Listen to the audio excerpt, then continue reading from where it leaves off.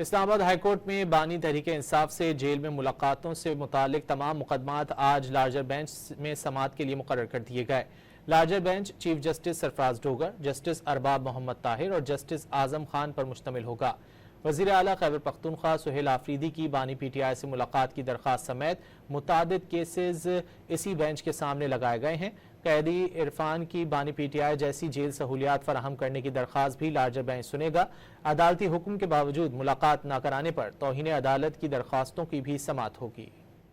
اسلام آباد high court میں بانی تحریک انصاف سے جیل میں ملاقاتوں سے متعلق تمام مقدمات آج لارجر بینچ میں سماعت کے لیے مقرر کر دیے گئے۔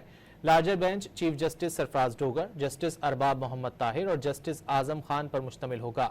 وزیر اعلیٰ خیبر پختونخوا سہیل آفریدی کی بانی پی ٹی آئی سے ملاقات کی درخواست سمیت متعدد کیسز اسی بینچ کے سامنے لگائے گئے ہیں۔ قیدی عرفان کی بانی پی ٹی آئی جیسی جیل سہولیات فراہم کرنے کی درخواست بھی لارجر بینچ سنے گا۔ عدالتی حکم کے باوجود ملاقات نہ کرانے پر توہین عدالت کی درخواستوں کی بھی سماعت ہوگی۔